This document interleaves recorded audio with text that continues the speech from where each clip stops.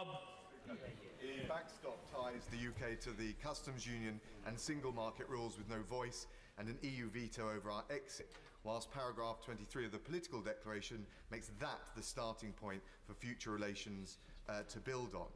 The top reason people voted to leave the EU was to take back democratic control over our laws. Isn't it the regrettable but inescapable reality that this deal gives even more away? Prime Minister. Can I say to my right honourable friend, and I think this is the first opportunity I had to be able to thank him for the work that he did as Brexit Secretary.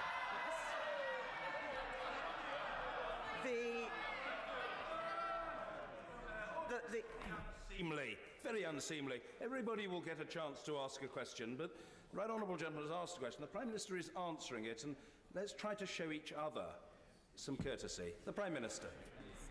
Can I say to my right honourable friend that, as I've explained, I think, in response to other of our right honourable and honourable members of this House, the point about the backstop, the point that the backstop is not the automatic route for dealing with a temporary period in relation to any gap that exists between the end of the implementation period in December 2020 and the future relationship coming into place. The political declaration is about that future relationship.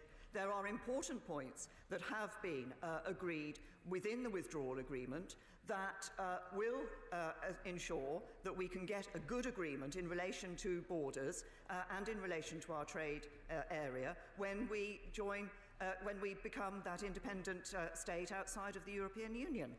And my right honourable friend will be aware, as is reflected in this political declaration, there is a spectrum and there is a balance between willingness to abide by rules and the necessity for checks and at the border. And that, of course, is what it is. Continues to be our ambition and our objective to get that frictionless trade at the border, because we believe that's important.